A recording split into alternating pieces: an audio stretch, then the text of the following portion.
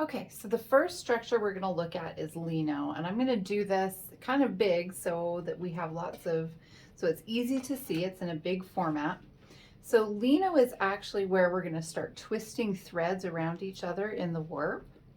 So in this case, we have 80 threads. So I'm going to do this in groups of 8, and I'm going to split those those groups of 8 into 2.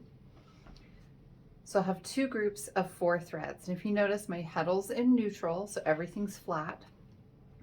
I'm going to actually twist these threads around each other. I'm going to use a pickup stick to hold everything into place.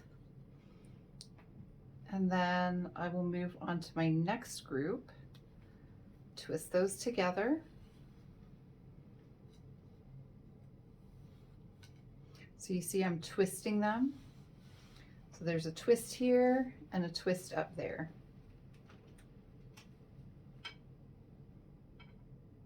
So the next group, put a pickup stick in.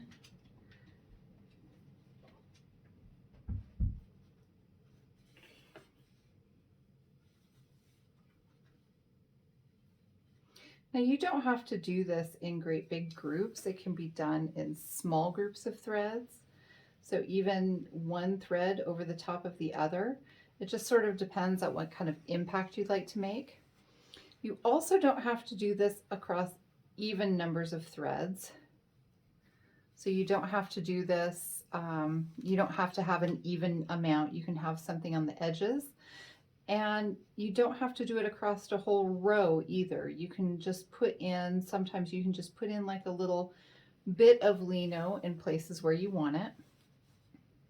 But in the end, this makes a really lacy pattern. I've seen lots of curtains and things like that done in it because it gives the effect of being sheer.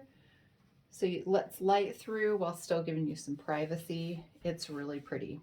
Okay, so once I'm all the way across, I'm going to lift my pickup stick on edge and I'm going to put through my shuttle for one pick. Okay, now you see it gives a lot of space, and that's okay because we're pushing that thread way up there. And then we're going to tap this into place, and you can see this was big. You know, I used a lot of thread, so it's going to leave a big space, so it's easy for you to see, but do you see how big that space is? So then I'm going to go into the opposite shed.